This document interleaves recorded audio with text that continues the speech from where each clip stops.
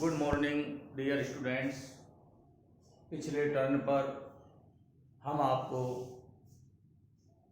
अध्याय 6 रासायनिक अभिक्रिया एवं उत्प्रेरक के बेसिक पार्ट्स पढ़ा रहे थे। उनमें नेक्स्ट टर्न पर आपको अंतिम पार्ट पढ़ाया गया था बेसिक का। एक बार ध्यान दें आप, लास्ट समय में जो अपना चल रहा था टॉपिक वो था पदार्थों के अणुसूत्र बनाना। और ये पदार्थों के अणुसूत्र बनाना बहुत ही आसान है जबकि हमें मूलक याद हों। तो ये मैंने होमवर्क के लिए आपको दिया था कि आपको इन पदार्थों के सूत्र इस तालिका में बना करके देखने हैं, प्रैक्टिस करनी है, होमवर्क में करना है। अब एक बार मैं इनको बता देता हूँ, रिवाइज करवा देता हूँ। आप अपने आंसर्स का मिलान कर लें, गलत है तो ठीक कर लें। पहला है ये कैल्शियम। अब ये कैल्शियम मूलक आप जानते हैं Ca+2 होता है, और ये है ऑक्साइड मूलक आप जानते हैं O-2 होता है। अब कैल्शियम ऑक्साइड का सूत्र क्या होगा? तो कैल्शियम मूलक हो गया Ca+2, ऑक्साइड मूलक हो गया O-2। संयोजकता कटे तो काट देते हैं, तो ये काट दी, दोनों ही सरल मूलक हैं, इसलिए सीधा सूत्र हो गया CaO। कैल्शियम ऑक्साइड का सूत्र CaO, C बड़ा A छोटा O बड़ा, calcium oxide. Next calcium sulphate. अब सल्फेट मूलक आपको हमने बताया होगा जटिल मूलक है SO4-2, ये सल्फेट मूलक है। तो कैल्शियम सल्फेट का सूत्र क्या होगा? कैल्शियम मूलक Ca+2 और सल्फेट मूलक SO4-2। ये जटिल होने के कारण कोष्टक में लिखना है। संयोजकताएं कटे तो काट देते हैं, ये कट गई। अब बदल करके इनके नीचे लिखते हैं तो एक आ गया, एक को लिखते नहीं है, तो ये CaSO4 आ गया। SO4 के बाहर कोष्टक में एक आ रहा है, एक को लिखते नहीं है, और जब कोष्टक के बाहर एक हो तो कोष्टक लगाना जरूरी भी नहीं होता। तो सीधा सूत्र हो गया CaSO4। कैल्शियम सल्फेट का सूत्र हो गया CaSO4। नेक्स्ट है कैल्शियम कार्बोनेट। तो कार्बोनेट मूलक आपको बताया था CO3-2 होता है, CO3-2 ये कार्बोनेट मूलक होता है। तो कैल्शियम कार्बोनेट का सूत्र क्या होगा? देखिए, कैल्शियम मूलक Ca+2 और कार्बोनेट मूलक जटिल होने के कारण कोष्टक में लिख दिया -2, वही 2 से 2 संयोजकता कट रही है, सूत्र सीधा हो गया CaCO3। लिखने पे जरूर ध्यान रखेंगे, C बड़ा A छोटा, C बड़ा O बड़ा। Calcium carbonate. तो कैल्शियम कार्बोनेट का सूत्र हो गया CaCO3। पिछले अध्याय में ये सूत्र आए थे, ये भी आया था, ये भी आया था, ये भी आया था। कैल्शियम ऑक्साइड जिसको बिना बुझा चूना बोलते हैं, कैल्शियम सल्फेट जिसके अर्धहाइड्रेट को हम POP बोलते हैं और डाइहाइड्रेट को जिप्सम बोलते हैं, ये कैल्शियम कार्बोनेट जिसको चूना पत्थर, संगमरमर, खड़िया आदि नामों से जाना जाता है। नेक्स्ट है कैल्शियम का हाइड्रोक्साइड। कैल्शियम हाइड्रोक्साइड तो बिल्कुल आसान है, हाइड्रोक्साइड मूलक होता है OH-1। जटिल मूलक है क्योंकि 2 प्रकार के परमाणु हैं, ऑक्सीजन का और हाइड्रोजन का। तो कैल्शियम मूलक है Ca+2 और हाइड्रोक्साइड मूलक है OH-1। अब संयोजकता कट नहीं रही तो बदल करके मूलकों के नीचे लिखेंगे, Ca के नीचे हाइड्रोक्साइड की एक आएगी, एक को लिखते नहीं है, प्लस माइनस पर ध्यान नहीं देते। अब OH कोष्टक में लिखना है और इसके नीचे संयोजकता आएगी कैल्शियम की 2। यहां कोष्टक लगाना जरूरी है। अगर हमने ये कोष्टक नहीं लगाया तो ये ऑक्सीजन का परमाणु एक रह जाएगा और हाइड्रोजन का दो हो जाएगा, जो गलत हो जाएगा। तो CaOH का होल ट्वाइस या होल टू, ये कैल्शियम हाइड्रोक्साइड का सूत्र हो गया। आप इस कॉलम में लिख देंगे CaOH का होल ट्वाइस। तो बिल्कुल आसान है अणुसूत्र बनाना, यानी किसी रासायनिक पदार्थ का सूत्र लिखना, और सूत्र दे दिया जाए तो उसका नाम बताना। तो नेक्स्ट देखिए एल्यूमिनियम और ये ऑक्साइड। तो एल्यूमिनियम ऑक्साइड, अब एल्यूमिनियम मूलक Al+3 और ऑक्साइड मूलक O-2, संयोजकता 3 और 2 कट रही नहीं है, बदल करके नीचे लिख देंगे Al के नीचे 2 और ऑक्साइड के नीचे 3। तो एल्यूमिनियम ऑक्साइड का सूत्र हो गया Al2O3, बिल्कुल आसान। फिर नेक्स्ट है एल्यूमिनियम सल्फेट। तो बेटा एल्यूमिनियम मूलक होता है Al+3 और सल्फेट मूलक है SO4-2, ये कोष्टक में आएगा।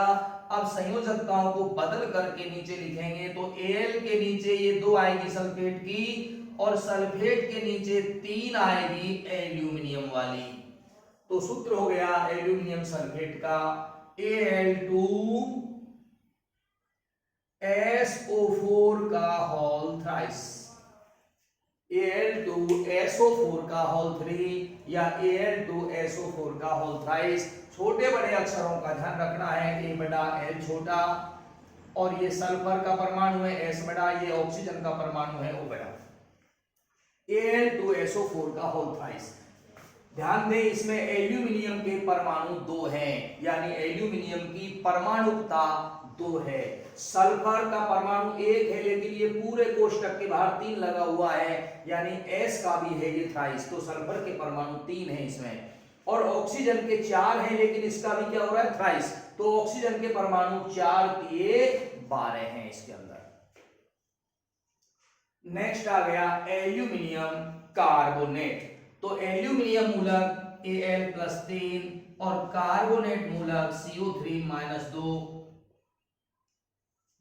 संयोजकता कट नहीं रही तो बदल करके दाईं तरफ नीचे लिख देंगे। एल्यूमिनियम के नीचे कार्बोनेट की 2 और कार्बोनेट के नीचे एल्यूमिनियम वाली आएगी 3। तो सूत्र हो गया Al2CO3 का होल थ्राइस। बिल्कुल आसान है। यदि आपके मूलक याद हैं तो हजारों की संख्या में आप सूत्र लिख सकते हैं, यानी पदार्थों के नाम और सूत्र सीख सकते हैं। बिल्कुल आसान है, किसी को रटने की जरूरत नहीं पड़ेगी, बस एक बार मूलक याद कर लें। इसके बाद ये लास्ट है एल्यूमिनियम का हाइड्रोक्साइड। अब एल्यूमिनियम मूलक की संयोजकता 3 और हाइड्रोक्साइड की 1, तो हाइड्रोक्साइड की 1 इसके नीचे आ गई जिसको लिखते नहीं है, और हाइड्रोक्साइड के नीचे लिखेंगे एल्यूमिनियम की 3, तो AlOH का होल थ्राइस, ये सूत्र हो गया। देखिए जब हमारा अनुभव हो जाएगा, हमारी प्रैक्टिस हो जाएगी, अभ्यास हो जाएगा, तो हमको इस तरीके से भी ये करके देखने की जरूरत नहीं पड़ेगी। हमारा सीधा दिमाग चला जाएगा कि भाई एल्यूमिनियम की 3 होती है, हाइड्रोक्साइड की 1 होती है, तो AlOH का होल थ्राइस सूत्र हो गया। अब ये देखिए जिंक, ये एल्यूमिनियम के हो गए, और अब ये आ गए जिंक के हो गए Zn+2। तो ये +2 और ये -2, 2 से 2 खत्म हो गया, तो जिंक ऑक्साइड का सूत्र हो गया ZnO। बिल्कुल आसान है। अगर जिंक ऑक्साइड का सूत्र कोई बालक ZnO2 लिखता है या Zn2O3 लिखता है तो बिल्कुल गलत है। जिंक ऑक्साइड हमेशा ZnO ही होता है। नेक्स्ट जिंक का सल्फेट, वही 2 से 2 संयोजकता कट जाएगी, ZnSO4 सीधा लिख देंगे, ये जिंक सल्फेट हो गया। अब जिंक का कार्बोनेट, तो दोनों की संयोजकता 2 से 2 कट जाएगी, ये हो गया ZnCO3। कोष्टक के बाहर एक आ रहा है, अतः कोष्टक लगाना जरूरी नहीं है।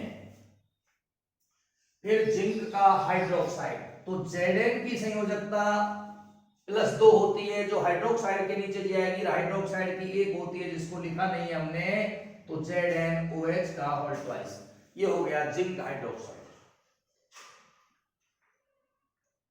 अब ये दो मैं छोड़ रहा हूं, अगर आपको इनमें कोई समस्या हो तो आप कमेंट्स करके मेरे से पूछ लें। लास्ट वाला बता रहा हूं, अमोनियम, तो अमोनियम और ये ऑक्साइड। अब अमोनियम मूलक होता है, जटिल मूलक है NH4+1, और ये ऑक्साइड मूलक O-2, तो संयोजकताओं को बदल करके लिखेंगे तो NH4 का होल ट्वाइस और O के नीचे एक को लिखने की जरूरत नहीं है, तो अमोनियम ऑक्साइड का सूत्र हो गया NH4 का होल ट्वाइस O।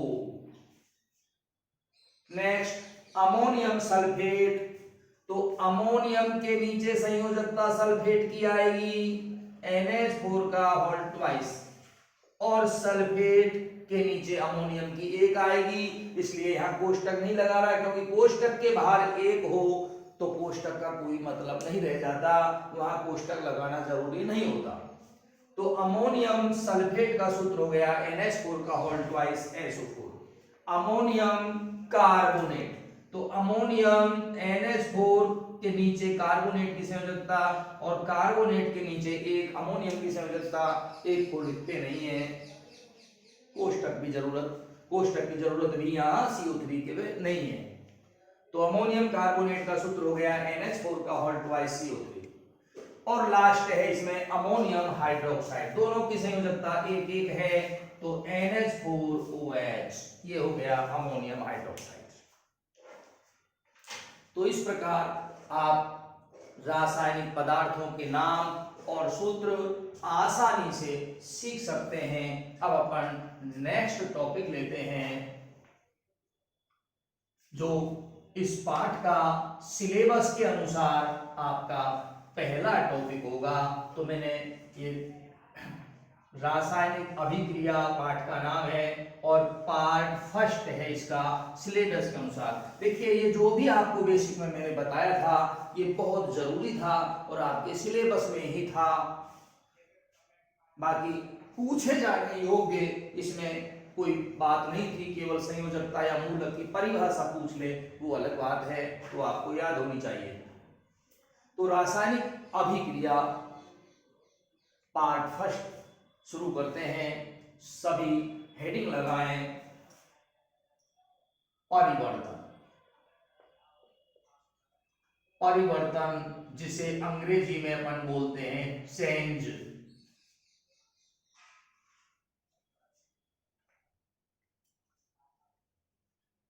तो प्रिय विद्यार्थियों,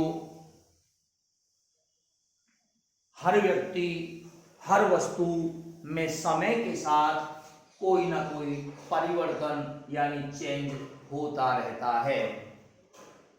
जन्म के समय हम छोटे से थे, समय परिवर्तित होता गया, हम बड़े होते गए।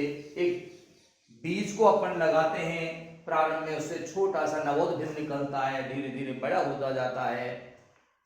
तो परिवर्तन आते रहते हैं समय के साथ। विज्ञान में परिवर्तनों को दो श्रेणियों में बांटा जा सकता है, भौतिक परिवर्तन और रासायनिक परिवर्तन। नोट कर लें, भौतिक परिवर्तन और रासायनिक परिवर्तन।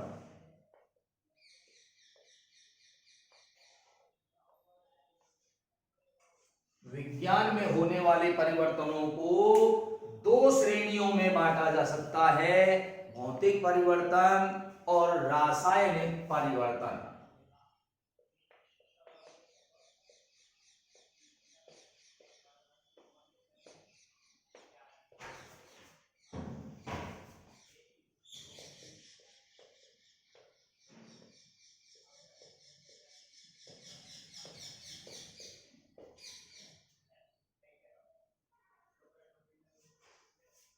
देखिए, भौतिक परिवर्तन ऐसे परिवर्तन जिनमें पदार्थ के भौतिक गुण बदल जाते हैं। ऐसे परिवर्तन जिनमें पदार्थ के भौतिक गुण बदल जाते हैं। भौतिक गुण का मतलब जैसे पदार्थ का रंग, पदार्थ की गंध, पदार्थ का स्वाद, पदार्थ की अवस्था आदि भौतिक गुण बदल जाते हैं।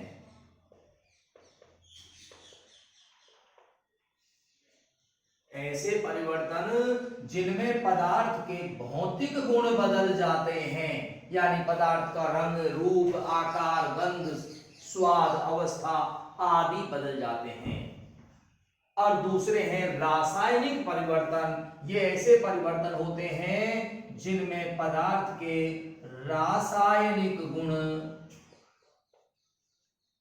पदार्थ के रासायनिक गुण बदल जाते हैं।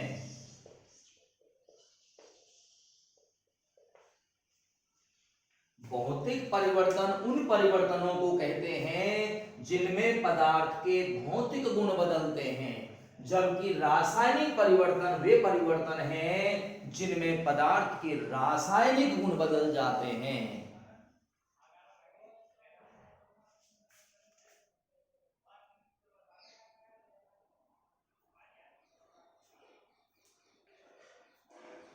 नंबर 2, भौतिक परिवर्तन अस्थायी होते हैं, जबकि रासायनिक परिवर्तन स्थायी होते हैं।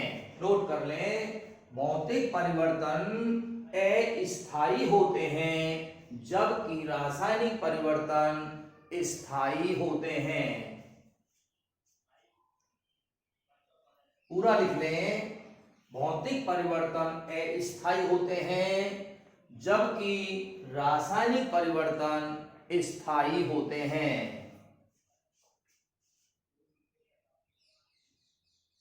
नंबर 3, भौतिक परिवर्तन में कोई नया पदार्थ नहीं बनता,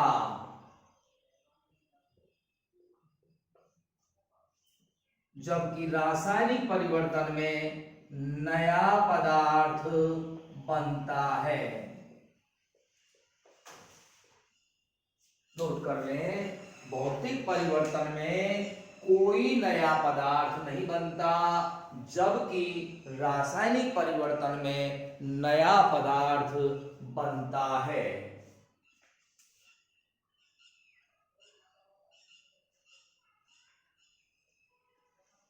नंबर 4, भौतिक परिवर्तन में देखिए, परिवर्तन का कोई ना कोई कारण होता है, तो उस कारण को यदि दूर कर दें, परिवर्तन के कारण को हटा दें यानी दूर कर दें, तो पदार्थ पूर्व अवस्था में आ जाता है। इसीलिए भौतिक परिवर्तनों को अस्थायी बताया है, क्योंकि परिवर्तन जिस कारण से हो रहा है उस कारण को यदि हम हटा दें, दूर कर दें, तो इसमें पदार्थ पहले जैसी अवस्था में ही आ जाएगा, पूर्व अवस्था में ही आ जाएगा, अर्थात ये परिवर्तन अस्थायी होते हैं। जबकि रासायनिक परिवर्तन में परिवर्तन के कारण को हटा देने पर भी पदार्थ पूर्व अवस्था में नहीं आता।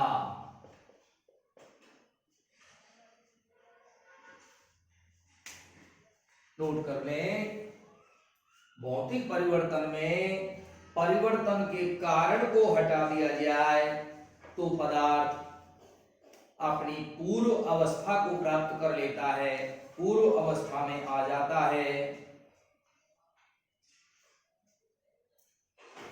जबकि रासायनिक परिवर्तन में परिवर्तन जिस वजह से हो रहा है उस वजह को भी हटा दिया जाए, कारण को भी हटा दिया जाए, तो भी पदार्थ पूर्व अवस्था में नहीं आता है, यानी ये परिवर्तन स्थायी होते हैं। नंबर 5, भौतिक परिवर्तन में भार व संगठन में अंतर नहीं आता। जिस पदार्थ में भी परिवर्तन हो रहा है उसके भार व संगठन में अंतर नहीं आता, जबकि रासायनिक परिवर्तन में पदार्थ के भार व संगठन में अंतर आ जाता है।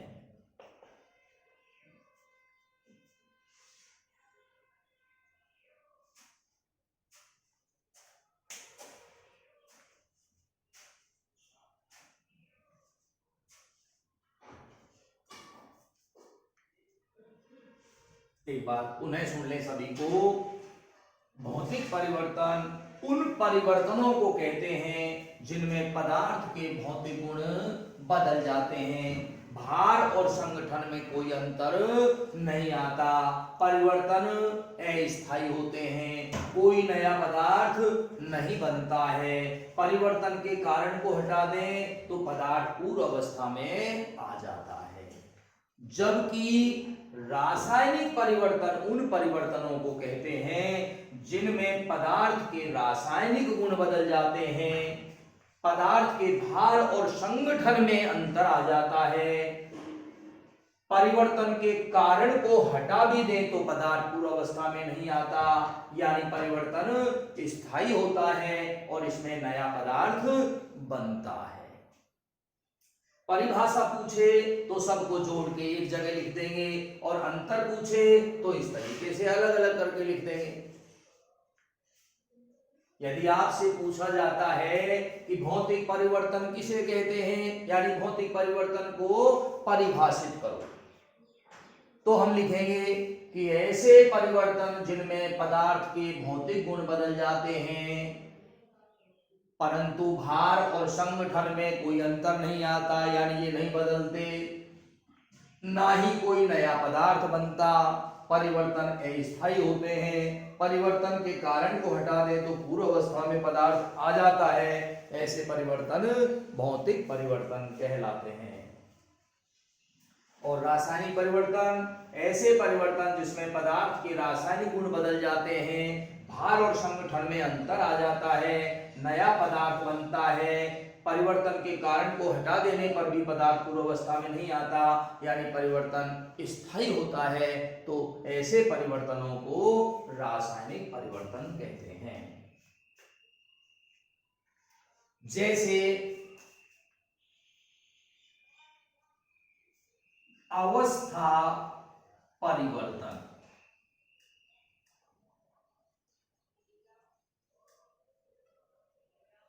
किसी भी पदार्थ की अवस्था में यदि परिवर्तन हो रहा है तो वह भौतिक परिवर्तन होगा। जैसे बर्फ को यदि हम ऊष्मा दें, बर्फ ठोस होती है, ठोस अवस्था में होती है बर्फ, यदि हम इसको ऊष्मा दे दें यानी इसमें ऊष्मा प्लस कर दें तो ये बर्फ जो है ये जल में बदल जाएगी, पानी में बदल जाएगी, जो कि द्रव अवस्था में होता है, लिक्विड यानी एल फॉर्म में होता है। तो बर्फ का जल में बदलना भौतिक परिवर्तन है। क्यों? क्योंकि ये परिवर्तन अस्थायी है। देखिए बर्फ को हमने ऊष्मा दी, जल में बदल गया। यदि जल उतनी ही ऊष्मा को त्याग दे जितनी की बर्फ ने ग्रहण की थी, उतनी ऊष्मा को यदि जल त्याग दे तो जल वापस बर्फ में बदल जाएगा। तो ऊष्मा के कारण परिवर्तन हो रहा था, इस कारण को हमने हटाया, पदार्थ पूर्वावस्था में आ गया, जल से वापस बर्फ बन गई। इसलिए ये भौतिक परिवर्तन है। भौतिक गुण बदला है, ठोस से पदार्थ द्रव में आ गया। परिवर्तन अस्थायी है, बर्फ से जल और जल से पुनः बर्फ को प्राप्त कर सकते हैं। कोई नया पदार्थ नहीं बना। देखिए बर्फ में भी वही H2O है, हाइड्रोजन का ऑक्साइड रासायनिक दृष्टि से, और जल भी वही H2O है, हाइड्रोजन का ऑक्साइड है। तो कोई नया पदार्थ नहीं बना, दोनों सेम पदार्थ हैं। कारण को हटा देने पर पदार्थ पूर्वावस्था में आ गया और भार और संगठन में कोई अंतर नहीं आता। मान ले हम कहें कि हमने 1 किलो बर्फ को ऊष्मा दी है तो 1 किलो ही जल बनेगा। तो भार नहीं बदला, संगठन भी नहीं बदला। जल के एक अणु में भी हाइड्रोजन के 2 परमाणु ऑक्सीजन का 1 होता है और बर्फ के एक अणु में भी हाइड्रोजन के 2 परमाणु ऑक्सीजन का 1 होता है। तो ना तो संगठन बदला ना भार बदला।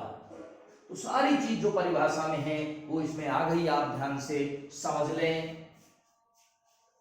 भौतिक गुण बदला है, जैसे बर्फ ठोस थी, जल द्रव हो गया। अस्थायी है, यानी बर्फ से जल और जल से पुनः बर्फ को प्राप्त कर सकते हैं। नया पदार्थ नहीं बना, दोनों ही H2O हैं। कारण को हटा दिया, ऊष्मा दी थी उतनी ऊष्मा यदि ये वापस त्याग दे तो पदार्थ पूर्व अवस्था में आ जाएगा। और भार और संगठन में कोई अंतर नहीं आया, इसलिए अवस्था परिवर्तन जो है वो भौतिक गुण है, वो भौतिक परिवर्तन है।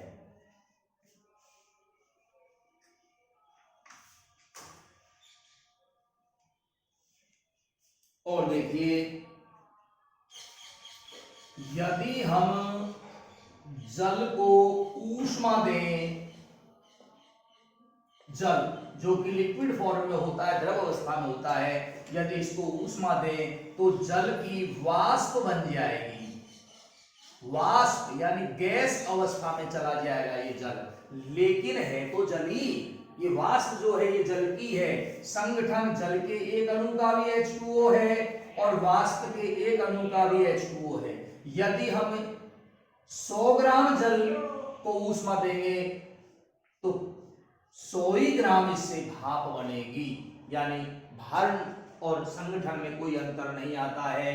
भौतिक गुण बदल जाते हैं, कोई नया पदार्थ नहीं बनता, दोनों सेम पदार्थ हैं। अब ये परिवर्तन हुआ क्यों? जल से भाप बनी क्यों?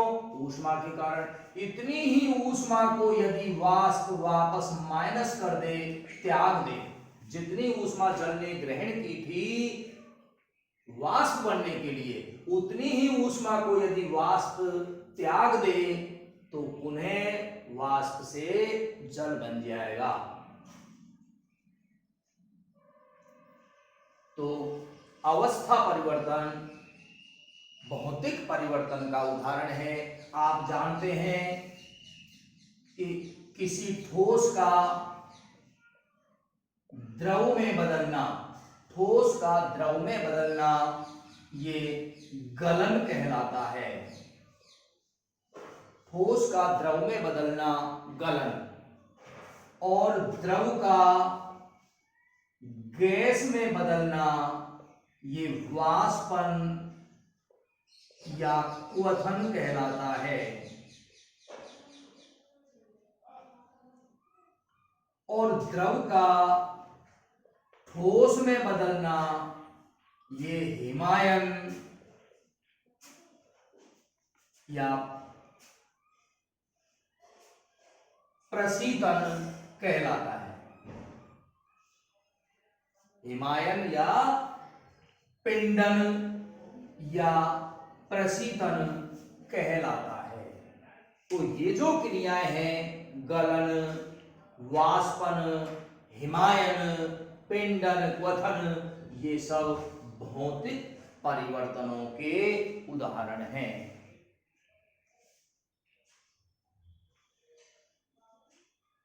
तो पदार्थ की अवस्था में परिवर्तन। अब अवस्था में परिवर्तन में ये गलन क्रिया हो सकती है तो भी भौतिक परिवर्तन है, वाष्पन क्वथन हो सकता है तो भी भौतिक परिवर्तन है, हिमायन पिंडन हो सकता है तो भी भौतिक परिवर्तन है।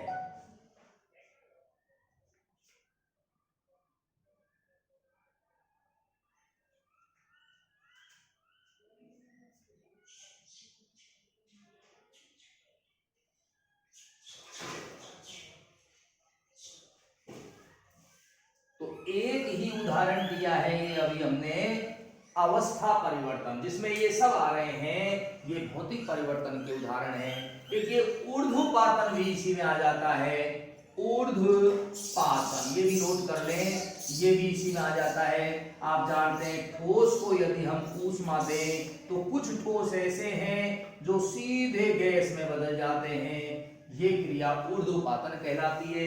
चूंकि इसमें भी अवस्था परिवर्तन हो रहा है, इसलिए ये भी भौतिक परिवर्तन है। जैसे आप नौसादर को गर्म कर दें, नौसादर NH4Cl, अमोनियम क्लोराइड को बोलते हैं नौसादर, इसको यदि गर्म कर दें तो ये सीधा वाष्प में बदल जाता है ठोस से, यानी इसका ऊर्ध्वपातन हो जाता है। तो गलन, वाष्पन, क्वथन, हिमायन, पिंडन, ऊर्ध्वपातन आदि सभी क्रियाएं भौतिक परिवर्तन के उदाहरण हैं।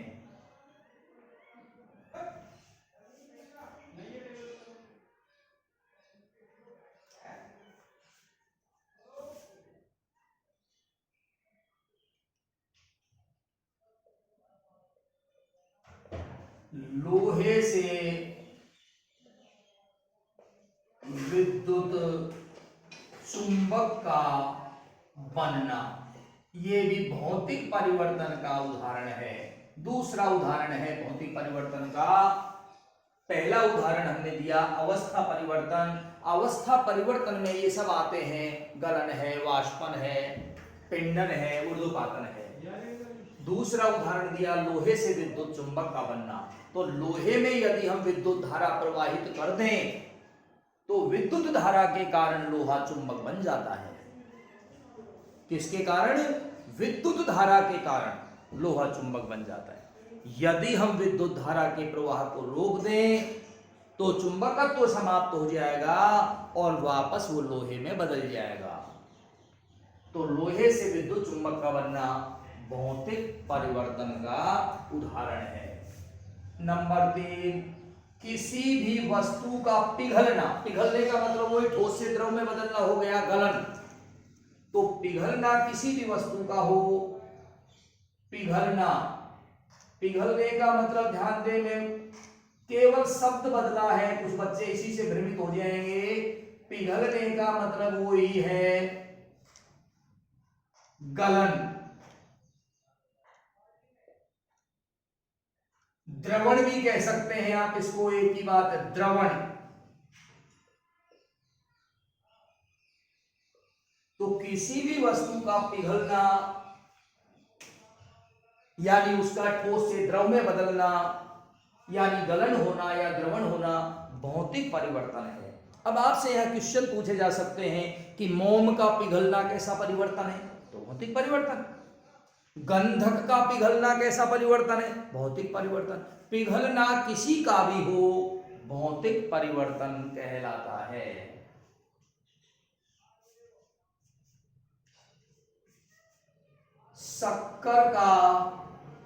शक्कर चीनी का पानी में घुलना,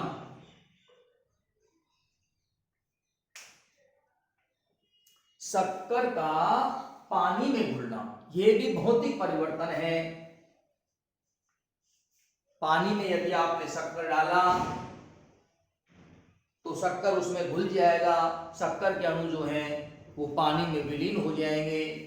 लेकिन आप इस घोल में से शक्कर को पुनः प्राप्त कर सकते हैं, यानी जिस कारण से शक्कर के अणु दूर हुए थे उसको आप हटा दें तो वापस आप उससे शक्कर प्राप्त कर सकते हैं। जैसे शक्कर के विलयन को यदि हम गर्म कर दें तो पानी भाप बन के उड़ जाएगा और शक्कर प्राप्त हो जाएगी, क्रिस्टलीकरण क्रिया हो जाएगी।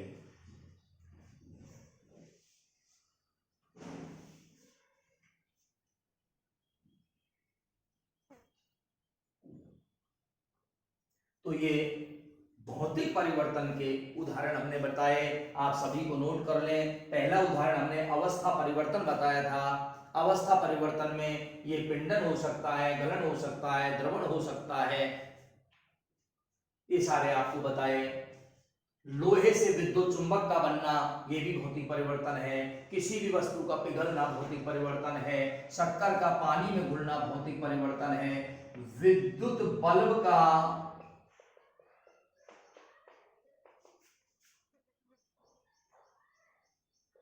जलना ये भी भौतिक परिवर्तन है। लेकिन ये जलना शब्द जो है ये हमारी भाषा का शब्द है।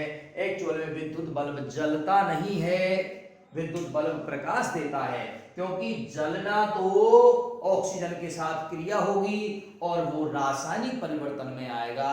तो ये जलना शब्द यहाँ पर वर्ण नहीं है, प्रकाश देने को ही हम जलना बोल देते हैं। तो ये भी भौतिक परिवर्तन है, क्योंकि ऊष्मा के कारण विद्युत बल्ब प्रकाश देता है। विद्युत धारा के कारण, विद्युत धारा जब प्रवाहित करते हैं बल्ब में तो वह प्रकाश देता है। अगर विद्युत धारा के प्रवाह को रोक दें तो बल्ब पूर्व स्थिति में आ जाएगा, प्रकाश देना बंद कर देगा। इसलिए भौतिक परिवर्तन है। और अब उदाहरण आते हैं रासायनिक परिवर्तनों के। तो रासायनिक परिवर्तन के उदाहरण में नोट कर लें, किसी भी पदार्थ का जलना, किसी भी पदार्थ का जलना,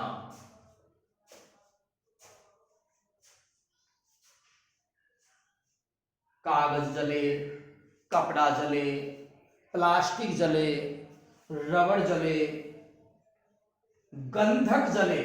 गंधक पिघलती है तो भौतिक परिवर्तन, लेकिन जलती है तो रासायनिक परिवर्तन। H+O2 बराबर SO2 क्रिया हो जाएगी। मोम पिघलता है तो भौतिक परिवर्तन, लेकिन मोम जलता है तो रासायनिक परिवर्तन। मोम का जलना रासायनिक परिवर्तन। मोमबत्ती में धागा होता है, जब आप उसको जला देते हैं तो धागे में मोम चढ़ता है ऊपर और वो जलता रहता है, तो मोम ही जलता है। तो मोम का जलना रासायनिक परिवर्तन है। किसी भी पदार्थ का जलना, किसी धातु की बात कह दे, जैसे मैग्नीशियम के तार का जलना, तो जलना किसी भी पदार्थ का हो रासायनिक परिवर्तन है। कोई भी रासायनिक अभिक्रिया हो, रासायनिक क्रिया कोई भी हो, वो भी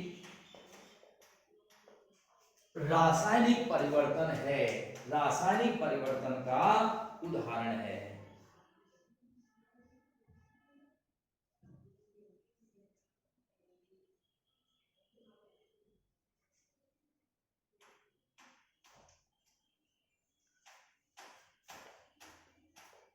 सब्जी का खराब होना,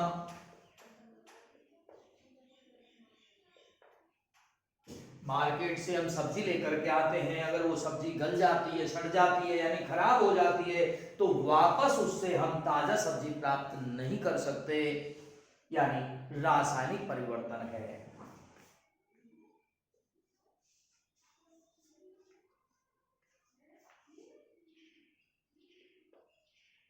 कोयले का जलना रासायनिक परिवर्तन है। कोयला जब जलाया जाता है तो राख बनती है। अब कोयले के जलाने का कारण है ऊष्मा। कोयले को हम ऊष्मा देते चले जाएंगे तो वो जलने लगेगा, राख बन जाएगी। लेकिन जितनी ऊष्मा हमने कोयले को जलाने के लिए दी थी, उतनी ऊष्मा को यदि राख त्याग भी दे तो वापस कोयला नहीं बन सकता, राख से कोयला नहीं बन सकता। इसलिए रासायनिक परिवर्तन है। भार और संगठन में भी अंतर आ जाता है। 1 किलो कोयला को हम जलाएं तो राख 1 किलो नहीं बनेगी, क्योंकि कई पदार्थ उसमें वाष्पशील हो जाएंगे। जो वाष्पशील है वो वाष्प बन करके उड़ जाएंगे, नया पदार्थ बनता है। कोयला अलग पदार्थ है और राख अलग पदार्थ है। भार और संगठन दोनों बदल रहे हैं। संगठन कोयला तो कार्बन होता है, जबकि राख का संगठन अलग है। कोयले की जगह लकड़ी भी लिख सकते हैं हम, लकड़ी का जलना एक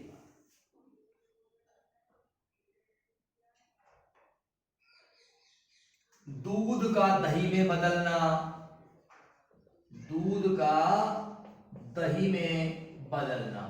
यदि एक बार दूध से आपने दही प्राप्त कर लिया तो दही से पुनः दूध प्राप्त नहीं किया जा सकता, इसलिए रासायनिक परिवर्तन है। तो भौतिक व रासायनिक परिवर्तन अब आप समझ गए होंगे। एक बार पुनः मैं रिवाइज करता हूं, ध्यान दें। भौतिक परिवर्तन ऐसे परिवर्तन हैं जिनमें पदार्थ के भौतिक गुण बदल जाते हैं, परंतु भार व संगठन में अंतर नहीं आता, कोई नया पदार्थ नहीं बनता। परिवर्तन के कारण को हटा दें तो पदार्थ पूर्व अवस्था में आ जाता है। जैसे किसी भी पदार्थ का पिघलना, विद्युत बल्ब का प्रकाश देना। इसके विपरीत रासायनिक परिवर्तन वे परिवर्तन है जिनमें पदार्थ के रासायनिक गुण बदल जाते हैं, भार और संगठन भी बदल जाता है, नया पदार्थ बन जाता है। परिवर्तन स्थायी होता है, यानी एक बार हो गया तो पुनः पदार्थ को पूर्व अवस्था में प्राप्त नहीं कर सकते। जैसे दूध का दही में बदलना, लकड़ी का जलना आदि। अब नेक्स्ट टॉपिक है अपना रासायनिक अभिक्रिया। हेडिंग लगा ले सभी, रासायनिक अभिक्रिया।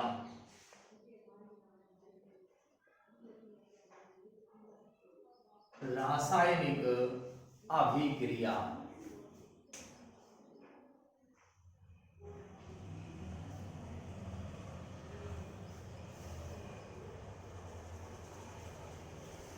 डैश लगा करके लिखें।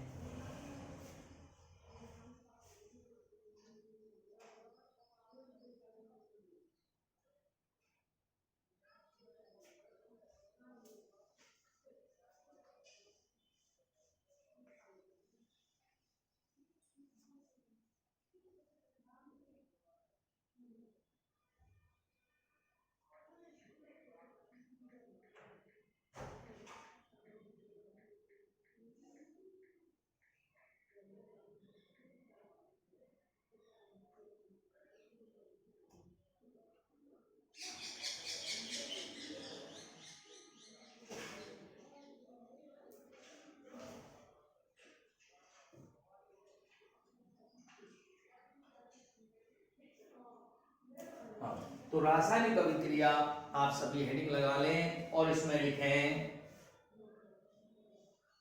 एक या एक से अधिक पदार्थ, एक या एक से अधिक पदार्थ आपस में यानी परस्पर आपस में अंतर क्रिया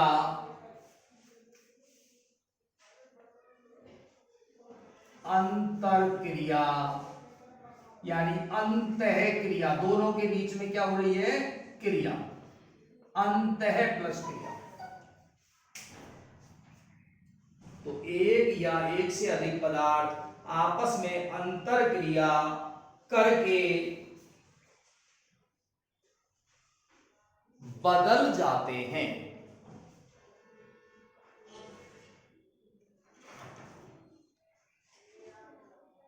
इसे रासायनिक अभिक्रिया कहते हैं।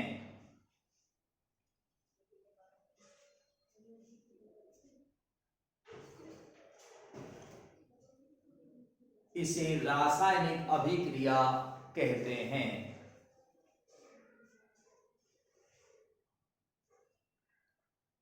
जैसे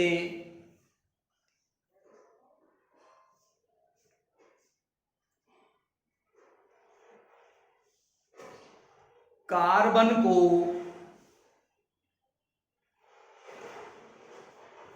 वायु की उपस्थिति में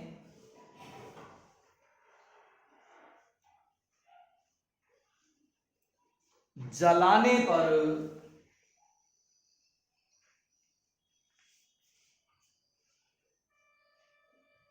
कार्बन डाइऑक्साइड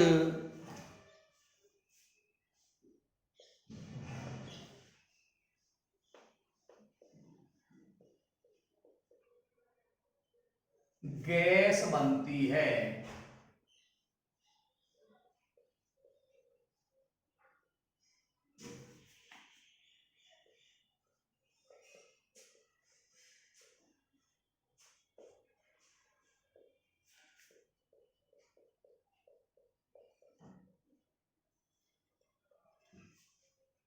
नीचे से लिखें, इसको नोट करें। कार्बन प्लस ऑक्सीजन, कार्बन और ऑक्सीजन मिल रहे हैं, मिलकर के परस्पर अंतः क्रिया कर रहे हैं, और अंतः क्रिया जब इन दोनों की होती है तो बनता है carbon dioxide gas. Carbon plus oxygen बराबर कार्बन डाइऑक्साइड गैस। यह एक रासायनिक अभिक्रिया है। यह एक रासायनिक अभिक्रिया है। कार्बन प्लस ऑक्सीजन बराबर कार्बन डाइऑक्साइड, यह एक रासायनिक अभिक्रिया है।